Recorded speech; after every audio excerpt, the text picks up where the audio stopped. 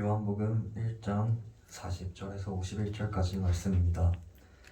요한의 말을 듣고 예수를 따라간 두 사람 가운데 한 사람은 시몬 베드로와 형제 시간인 안드레였다. 이 사람은 먼저 자기 형 시몬을 만나서 말하였다. 우리가 메시아를 보았소. 메시아는 그리스도라는 말이다. 그런 다음에 시몬을 예수께로 데리고 왔다. 예수께서 그를 보시고 말씀하셨다. 너희는 요한의 아들 시몬이로구나. 앞으로는 너를 게바라고 부르겠다. 게바는 베드로 곧 바위라는 말이다. 다음날 예수께서 갈릴리로 떠나려고 하셨다. 그때 빌립을 만나서 말씀하셨다. 나를 따라오너라. 빌립은 베세다 출신으로 안드레와 베드로와 한 고향 사람이었다. 빌립이 나다니엘을 만나서 말하였다. 모세가 율법책에 기록하였고 또 예언자들이 기록한 부분을 우리가 만났습니다. 그분은 나사렛 출신으로 요셉의 아들 예수입니다. 나다니엘이 그에게 말하였다. 나사렛에서 무슨 선한 것이 나올 수 있겠소? 빌립이 그에게 말하였다. 와서 보시오. 예수께서 나다니엘이 자기에게로 오는 것을 보시고 그를 두고 말씀하셨다. 보아라, 저 사람이야말로 참으로 이스라엘 사람이다. 그에게는 거짓이 없다. 나다니엘이 예수께 물었다. 어떻게 나를 아십니까? 예수께서 대답하셨다. 빌립이 너를 부르기 전에 네가 무화과 나무 아래에 있는 것을 내가 보았다. 나다니엘이 말하였다. 선생님은 하나님의 아들이시요 이스라엘의 왕이십니다. 예수께서 그에게 말씀하셨다. 네가 무화과 나무 아래에 있을 때 내가 너를 보았다고 해서 믿느냐? 이것보다 더 큰 일을 네가 볼 것이다. 예수께서 그에게 또 말씀하셨다. 내가 진정으로 너희에게 말한다. 너희는 하늘이 열리고 하나님의 천사들이 인자 위에 오르락 내리락 하는 것을 보게 될 것이다. 이는 우리에게 주신 하나님의 말씀입니다. 하나님 감사합니다. 오늘 예배 중에 당회, 정기 당회와 구역회가 있어서 순서들을 조금씩 이렇게 짧게 하고 있습니다. 그래서 목회 기도는 이따가 말씀 후에 당회를 위한 기도를 할 때 같이 하는 것으로 그렇게 하겠습니다.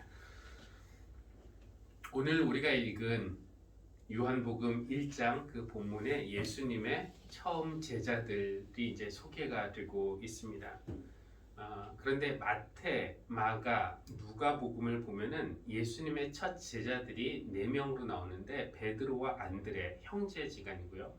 그리고 야고보와 요한 역시 형제인데 요한복음은 조금 다르게 되어 있습니다.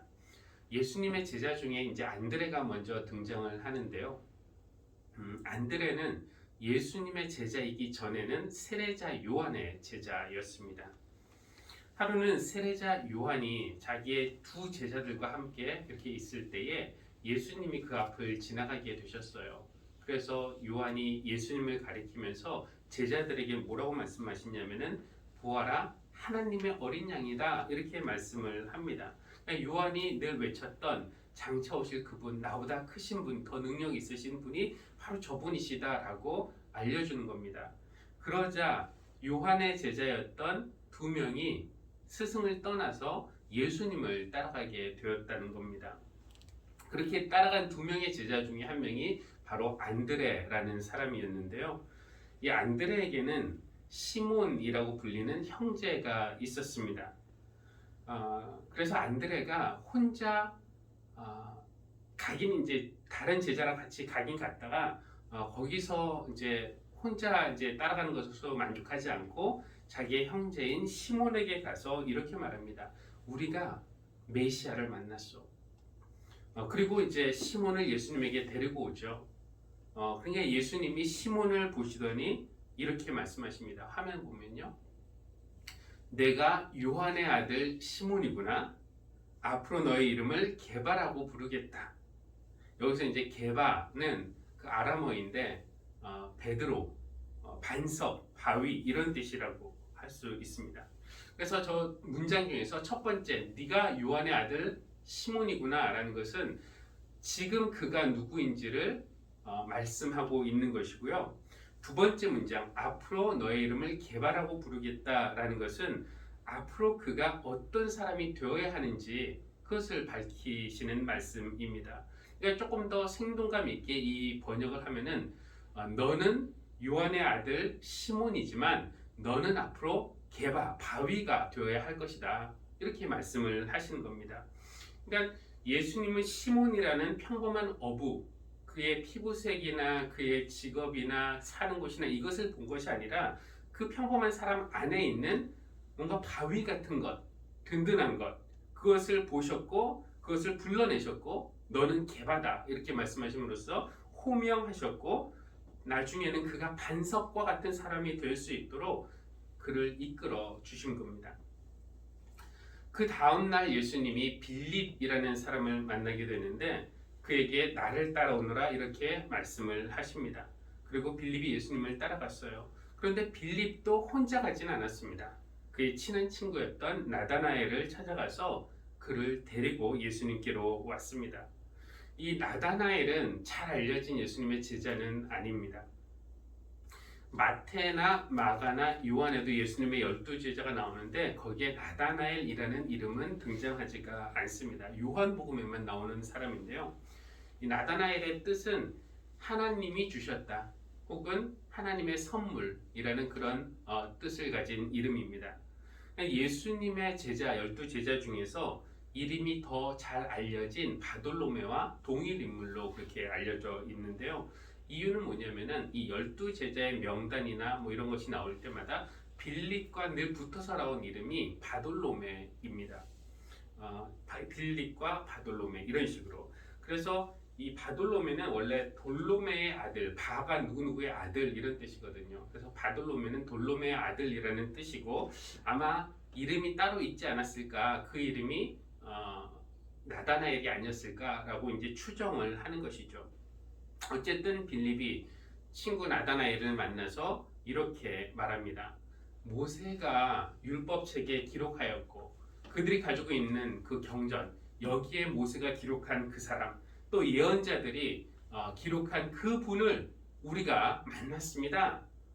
라고 얘기하면서 그분은 나사렛 출신으로 요셉의 아들 예수입니다. 라고 말을 합니다. 이때 나다나엘의 반응이 조금 시원치 않죠. 약간 회의적입니다. 나사렛에서 무슨 선한 것이 나올 수 있겠소? 라고 이야기를 합니다. 그러면서도 안 간 건 아니에요. 가자니까 뭐가 나올 수 있겠냐 나사렛에서. 그러면서도 따라갔어요. 그리고 나다나엘이 오는 것을 보시고 예수님이 그에게 하시는 말씀이 그 다음 절인데요. 보아라, 저 사람이야말로 참으로 이스라엘 사람이다. 그 안에는 그에게는 거짓이 없다. 이렇게 말씀을 하십니다. 그래서 조금 이상하게 생각할 수가 있는데 우리가 언뜻 보기에 나다나엘이 그렇게 칭찬을 받을 만한 인물은 아닌 것 같은데 왜 예수님은 그를 이렇게 잘 보셨을까요? 빌립이 나다나엘에게 우리가 메시아를 만났다라고 이야기하면서 그가 나사렛 출신 요셉의 아들 예수다라고 이야기했을 때 나다나엘이 나사렛에서 뭐 좋은 게 나올 수 있겠소? 라고 대답했던 사람 아닙니까? 이것을 보면은 나다나엘은 이 편견 혹은 선입견에 좀 사로잡혀 있는 그런 사람이라는 것을 우리가 짐작할 수 있습니다. 왜냐하면 그들의 경전인 구약을 보면은 여기에 수많은 지명들이 나오잖아요. 그런데 한 번도 언급이 안 된 지역이 바로 나사렛이라는 곳입니다. 그래서 나다나엘은 이 점을 잘 알고 있었어요. 나사렛은 어떤 곳인가? 수도인 예루살렘에서 멀리 떨어져 있는 곳, 즉 사람들의 관심을 받지 못하는 곳, 이 주류 사회에서 낙오된 사람들이 밀려가서 정착하게 되는 그런 변두리, 그곳이 바로 나사렛, 소외된 땅이었습니다. 그곳에서 인물이 나온다? 나다나엘은 그럴 리 없다라고 생각한 것이죠. 근데 우리가 어느 사람에 대해서 평가를 할 때 그 사람의 출신 지역을 가지고 이 사람은 안 돼 라고 말하는 것은 올바른 행동이 아닙니다. 근데 나다나엘이 어떻게 보면 그런 종류의 사람이었는데 예수님이 그를 칭찬하신다는 것이 조금은 이상하게 느껴질 수도 있습니다. 근데 칭찬받은 나다나엘이 좀 뭐 기분이 좋았는지 이상했는지 예수님에게 어떻게 저를 아십니까? 라고 묻자 예수님이 하시는 말씀이 그 다음 절 빌립이 너를 부르기 전에 예수님 먼저 보신 거죠. 네가 무화과 나무 아래에 있는 것을 내가 보았다. 무화과 나무 아래에 있는 것을 예수님이 보셨다는 것은 어떤 의미일까요? 그것이 뭐가 특별한 것이 있다고 왜 무화과 나무를 언급하시면서 참으로 이스라엘 사람이다. 이스라엘 사람 중에 이스라엘 사람이고 그 속에는 예전 번역에는 간사함이 없다. 거짓이 없다. 라고 이야기를 하셨을까? 이 구약에 보면은 구약의 예언서에 보면은 무화과 나무와 관련된 그런 예언들이 좀 있습니다. 대표적인 게 미가서 4장 3절과 4절인데 한번 다음 화면 보면은요. 이제 미가가 앞으로 메시아가 오실 것을 내다보면서 그가 열강 사이의 갈등을 해결하실 것이니 나라와 나라가 칼을 들고 서로를 치지 않을 것이며 다시는 군사훈련도 하지 않을 것 이렇게 말하면서 사람마다 자기 포도나무와 무화과 나무 아래 앉아서 평화롭게 살 것이다. 이제 이런 평화의 예언, 메시아가 오시면 이런 평화가 이루어질 것이다. 라는 그런 예언을 합니다.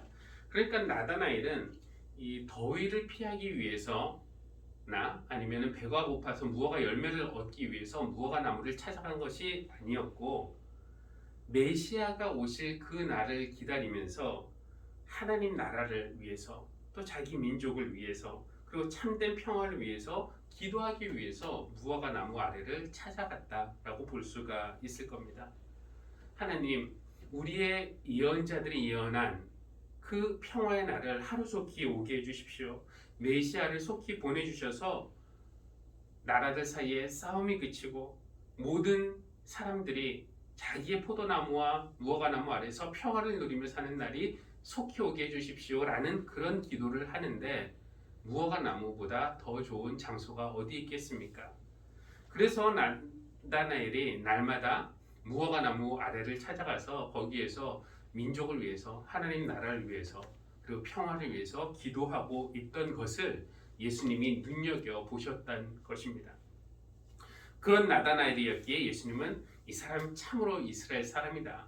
그에게는 거짓이 없다. 이렇게 말씀을 하신 것입니다. 나다나엘은 처음에는 예수님이 나사렛 출신이라는 그 말에 다소 부정적이고 회의적인 그런 반응을 보였지만 주님을 만나서 이렇게 몇 마디 대화를 하고 난 다음에는 이분이 바로 자기가 기다리던 메시아라는 것을 확신하게 되었고 그래서 이렇게 고백하죠. 다음 절 선생님은 하나님의 아들이요 이스라엘의 왕이십니다. 이렇게 고백을 했다는 겁니다. 이것이 이제 오늘 본문 말씀인데 오늘의 본문을 이제 읽고 또 이렇게 설명하면서 느끼는 점 한 세 가지를 나누려고 합니다. 첫 번째는 예수님을 만난 사람들은 자기에게서 멈추지 않았다라는 것입니다.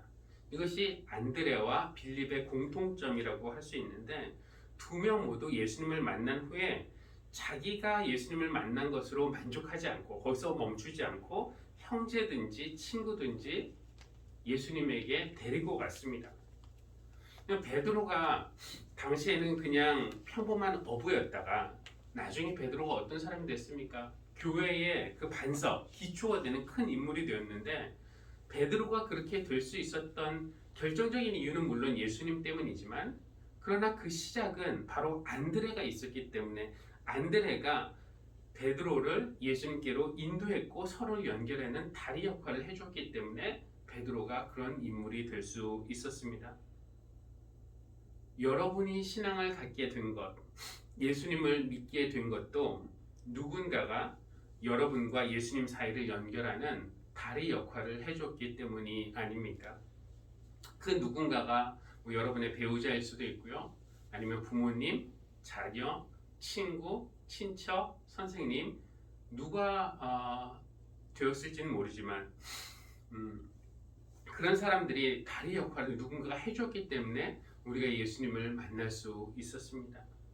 그러니까 안드레가 했던 말 우리가 메시아를 보았소 라고 베드로에게 했던 말이나 빌립이 나다나엘에게 와서 보시오 이렇게 뭐가 나올 수 있겠느냐라고 하니까 와서 보라고 했던, 그러면서 인도했던 그 말 한마디가 생각보다 중요한 말일 수가 있습니다.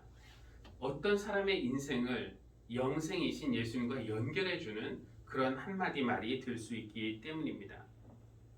이제 예수님을 만난 여러분이 안드레와 빌립이 그랬던 것처럼 아직 주님을 만나지 못한 그런 가족이나 친구나 아는 사람이 주변에 있다면은 그분들에게 여러분이 만난 예수님을 이야기하시고 또 연결해 주시고 소개하는 그런 다리의 역할을 할 수 있는 분들이 되기를 간절히 바랍니다. 두 번째로 느끼는 것은 오늘 말씀에서 이제 보면은 주님께서는 그를 만나는 사람들을 변화시키는 그런 힘을 가지고 있다는 것을 우리가 알 수 있는데, 그 변화의 시작은 바로 예수님의 우리의 마음속을 꿰뚫어 보는 그런 눈, 시선이라고 할 수 있겠습니다. 예수님은 우리의 피부색이나 국적이나 교육 정도나 스펙, 이런 어떤 겉모양을 보시는 것이 아니라 우리의 중심을 보시는데, 그 예수님이 베드로의 그 겉모습을 본 것이 아니라 그 안에 있는 반석 같은 것을 보았고 그 반석을 불러내셨습니다. 너는 반석이 되어야 한다. 지금 있는 베드로보다 훨씬 큰 그런 사람이 될 것을 미리 보시고 그것을 불러내신 것이죠. 또 주님은 회의적이었던, 냉소적이었던 나다나엘 속에 그의 겉모습, 말투 이런 걸 본 것이 아니라 그의 마음속에 있는 진실, 거짓 없음, 그 하나님 나라에 대한 진실한 갈망을 보셨고 그것을 불러내셨습니다. 너는 하나님 나라에 대해서 진실한 열망을 가지고 있다. 히브리어에서 창조하다라는 그 단어가 다른 뜻으로는 불러내다, 창조하다라는 그 뜻 안에는 불러내다라는 의미도 들어있다고 합니다. 예수님이 하시는 일이 새롭게 창조하시는 그런 일이라고 할 때 예수님은 어떻게 우리를 새롭게 창조하시는가? 우리를 바라보시고 우리 안에 우리도 잘 보지 못하는 우리의 가능성을 보시고 그것을 불러내심으로써 우리를 새롭게 창조하시는 겁니다. 그러니까 예수님의 호명 행위는 예수님의 창조 행위라고 말씀드릴 수가 있겠습니다. 베드로 안에 있는 반석을 보셨고 너는 반석이다 불러내셨고, 그리고 그가 반석과 같은 사람이 될 수 있도록 이끌어 주셨습니다. 나다나엘 안에 있는 진실을 보셨고 그 진실을 불러내셨고 그가 진실한 사람으로 성장할 수 있도록 새롭게 만드신 것입니다. 아마 여러분 중에도 몇 년 전까지만 해도 그 예수님을 만나기 전에 나다나엘과 비슷했던 그런 사람도 계실 겁니다.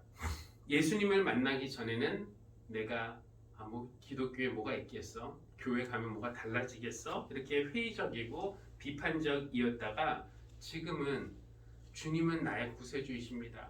주님은 살아계신 하나님의 아들입니다. 라고 고백하시는 그런 분들이 계실 겁니다.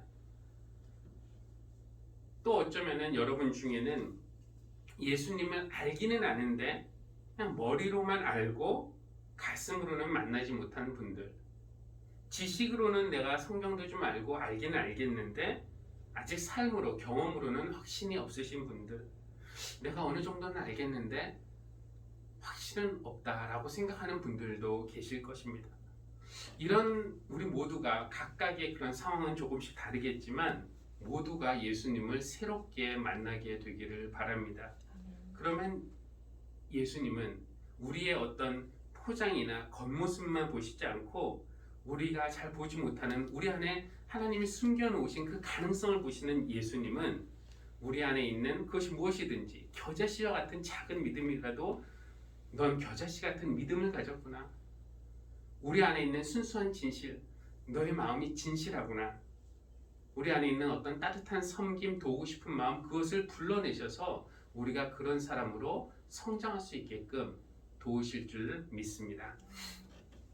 세 번째로 생각하는 것은 예수님을 만난 사람들이 이렇게 새로운 피조물로 변화되는 것뿐만 아니라 그것을 보는 것뿐만 아니라 더 큰 일도 볼 것이라고 하면서 그 예수님이 나다나엘에게 더 큰일을 볼 거라고 하면서 이렇게 말씀을 하십니다. 다음 절을 보겠습니다. 내가 진정으로 너희에게 말한다. 너희는 하늘이 열리고 하나님의 천사들이 인자, 즉 여기서 예수님을 말하는 거죠. 인자 위에 오르락 내리락 하는 것을 보게 될 것이다.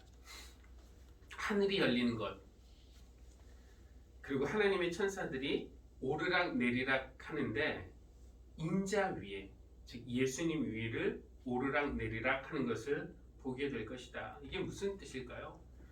예수님이 하늘과 땅을 잇는 다리, 또 하나님과 인간을 연결하는 그런 사다리가 되신다는 그런 뜻입니다. 우리는 안드레나 빌립처럼 어떤 사람과 예수님이 연결될 수 있도록 하는 다리 역할은 할 수 있지만 예수님은 온 인류와 하나님이 연결될 수 있도록 하는 그런 유일한 다리가 되십니다.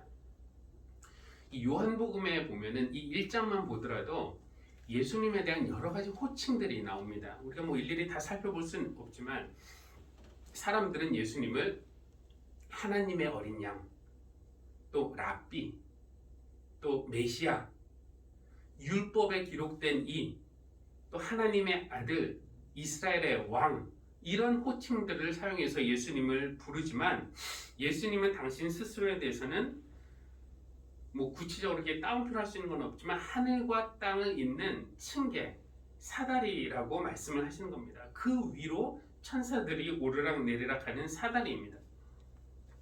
다른 사람들이 붙여주는 그런 호칭들은 다 예수님을 높이는 그런 호칭들이지만 주님이 당신에 대해서는 어떻게 보면 이 사다리, 누군가가 밟고 올라가는 그러기 위해서 존재하는 것이 사다리 아닙니까? 자신에 대해서는 예수님이 정말 낮은, 밟히는, 사람들에게 밟히는 그런 호칭을 사용하고 있다는 겁니다. 예수님이 우리에게 밟힌다? 어떻게 그런 불경스러운 생각을 할 수 있냐? 라고 우리는 말하지만 우리 주님은 우리를 하늘나라로, 하나님 품으로 인도하시기 위해서라면은 우리의 발에 밟히는 것도 마다하지 않으시는 그런 분이라는 뜻이 아닐까요?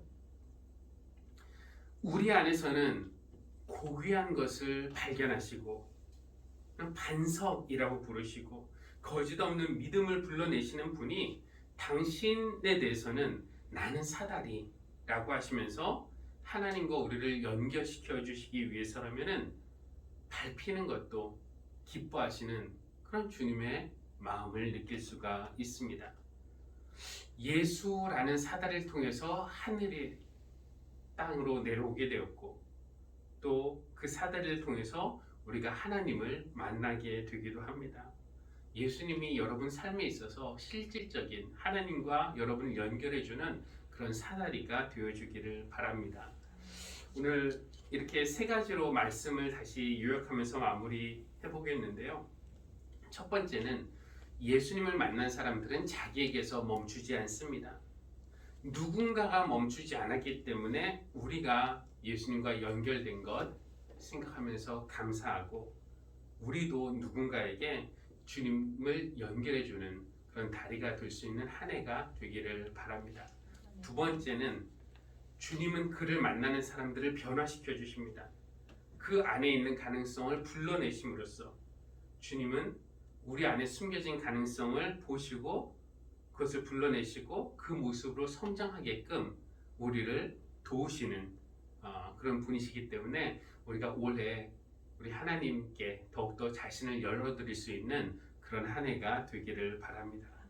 그리고 세 번째, 우리를 하나님께의 품으로 인도하시기 위해서 예수님은 밟히는 것도 개의치 않으시는, 사다리가 되는 것도 개의치 않으시는 그런 주님이신데 우리가 죽음 후에만 그 사다리 타고 하늘나라 가는 것이 아니라 매일 우리 주님을 칭계 삼아서 하나님과 연결되고 소통하는 그런 삶을 살아가는 저와 여러분이 되기를 간절히 바랍니다.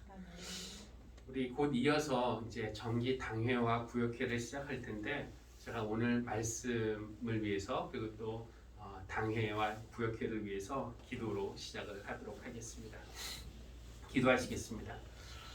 하나님, 우리 삶에도 안드레와 빌립처럼 예수님과 우리를 연결해 준 사람들이 있었음을 감사드립니다.